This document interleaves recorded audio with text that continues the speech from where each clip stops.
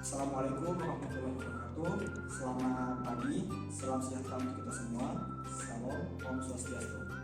Perkenalkan, kami dari kelompok 6 akan mempresentasikan mengenai karya tulis ilmiah.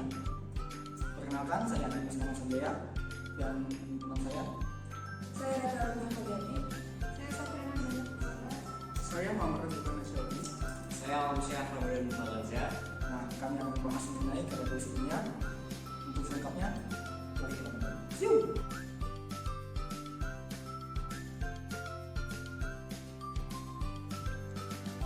Di bagian ini saya akan menjelaskan tentang apa itu karya ilmiah. Menurut Kamus Besar Bahasa Indonesia atau KBBI, karya ilmiah adalah karya tulis yang dibuat dengan prinsip-prinsip ilmiah berdasarkan data dan fakta yang didapat dari observasi, eksperimen, maupun kajian pustaka. Kedua, fungsi karya tulis ilmiah. 1. Fungsi pendidikan. Karya tulis ilmiah akan memberikan pengalaman dan pelajaran berharga bagi penulisnya, karena penulis akan berpikir, menulis, dan mempertanggungjawabkan jawaban dari hasil penelitiannya. Kedua, fungsi penelitian. Karya tulis ilmiah yang akan ditulis berguna untuk mengembangkan ilmu pengetahuan yang kemudian akan diterapkan dalam sendi-sendi kehidupan. Yang ketiga ialah fungsi fungsional. Karya tulis ilmiah secara fungsional berarti karya tulis ilmiah dapat menjadi pengembangan pengetahuan sebagai tinjauan pustaka. Manfaat karya tulis ilmiah antara lain adalah yang pertama, dapat melatih pengembangan keterampilan membaca yang efektif.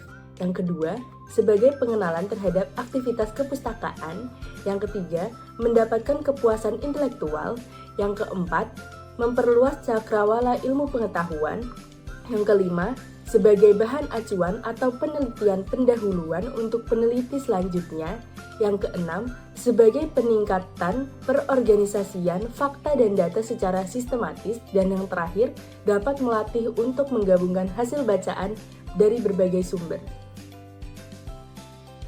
Baiklah, kita akan membahas mengenai jenis-jenis karya tulis ilmiah. Yang pertama adalah artikel. Artikel adalah karya tulis ilmiah yang berisi tentang suatu penelitian maupun penjelasan atas suatu ilmu pengetahuan. Yang kedua adalah makalah. Makalah adalah karya tulis ilmiah yang memuat pemikiran tentang suatu masalah atau topik tertentu yang ditulis secara sistematis dan runtut dengan disertai analisis yang logis dan objektif. Selanjutnya adalah skripsi. Skripsi adalah karya tulis ilmiah yang ditulis oleh mahasiswa sarjana S1 untuk meraih gelar akademik. Selanjutnya adalah work paper. Work paper adalah karya tulis ilmiah yang berisi ringkasan dari penelitian yang sedang dilakukan atau akan dilaksanakan. Selanjutnya adalah paper. Paper adalah karya tulis ilmiah yang berisi ringkasan dari penelitian yang telah dilakukan oleh peneliti. Jika work paper adalah saat dilaksanakan atau akan dilaksanakan, paper itu setelah dilaksanakannya, jadi hasil penelitiannya, begitulah.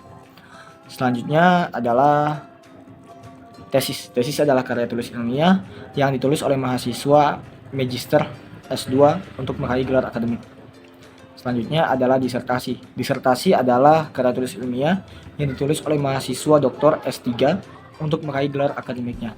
Jadi untuknya itu skripsi itu untuk S1, tesis untuk S2, dan untuk S3 adalah disertasi.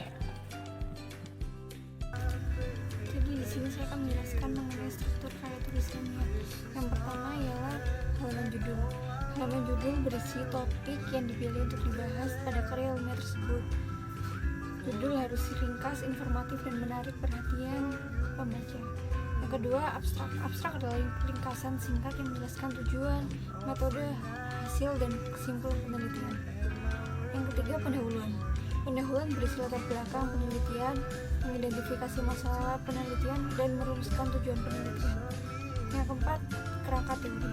Kerangka teori adalah identifikasi teori-teori yang dijadikan landasan berpikir untuk melaksanakan suatu penelitian. Yang kelima adalah metode penelitian. Metode penelitian adalah sebuah prosedur atau langkah-langkah dalam mendapatkan pengetahuan ilmiah atau ilmu. Keenam, pembahasan. Pembahasan memuat tentang penjelasan dari rumusan masalah, tujuan, manfaat, kerangka teori, dan tentunya metode penelitian. Oleh karena itu, bagian ini merupakan bagian yang paling panjang. Yang ketujuh, kesimpulan dan saran. Kesimpulan dan saran merupakan bagian akhir dari karya tulis ilmiah. Kesimpulan berisi tentang ringkasan seluruhnya dari hasil penelitian. Sedangkan saran biasanya berisi tentang pesan dari penulis, solusi dari penulis atas hasil penelitian. Dan yang terakhir, daftar pustaka. Daftar pustaka berisi tentang sumber-sumber dari data penelitian yang dipaparkan.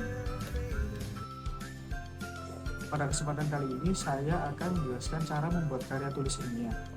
Yang pertama adalah peristiwa, yaitu mulai dengan pemilihan topik atau peristiwa yang terjadi atau yang akan terjadi menjadi fokus karya tulis ilmiah.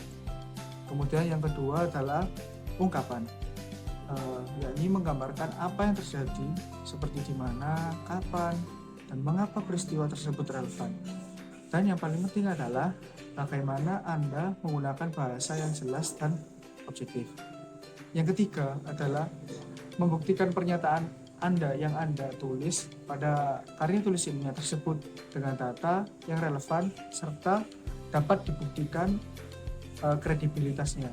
Kemudian yang keempat adalah kesimpulan. Yang keempat adalah kesimpulan, yakni memberikan kesimpulan dari analisis yang Anda tulis di dalam karya tulis ilmiah tersebut. Kemudian ringkaslah temuan-temuan penting yang Anda bahas di karya tulis ilmiah tersebut. Kemudian yang kelima adalah terapan, yakni menjelaskan potensi atau dampaknya serta saran untuk penelitian serta tindakan lanjutan yang Anda akan lakukan. Baiklah, selanjutnya kita akan membahas mengenai contoh-contoh karya tulis ilmiah. Yang pertama di sini kita ada karya tulis ilmiah mengenai kenakalan remaja. Sumbernya dari seperti yang ada tertera di PPT. Saya sudah mencantumkan mengenai sumbernya. Di mana pada karya tulis ilmiah yang pertama ini mengenai kenakalan remaja, penulis merasa kesah dengan kenakalan remaja saat ini, di mana dianggap sudah melebihi batas yang sewajarnya, di mana banyak anak di bawah umur yang sudah mengenal rokok, narkoba, dan terlibat banyak tindakan kriminal lainnya. Dan hal ini sudah tidak bisa dianggap sepele lagi, soalnya sudah melebihi batas yang sewajarnya. Dan ini benar terjadi di kalangan masyarakat, sehingga penulis mengangkat hal ini berdasarkan yang terjadi di masyarakat. Dan tentunya dibahas dengan data-data yang relevan, data-data yang valid, sehingga menghasilkan informasi yang akurat sesuai dengan adanya. Selanjutnya untuk yang contoh keduanya, pemanfaatan limbah masker medis menjadi pot bunga, di mana penulis merasa kesah setelah terjadinya pandemi COVID-19 di Indonesia. Limbah masker semakin menumpuk karena penggunaan yang terus digunakan setiap harinya, sehingga menimbulkan ancaman bagi kesehatan bila tidak segera dilakukan manajemen pengolahan yang baik dan benar. Sehingga penulis menuliskan ini untuk bisa memberikan informasi kepada masyarakat tentunya, agar limbah masker itu tidak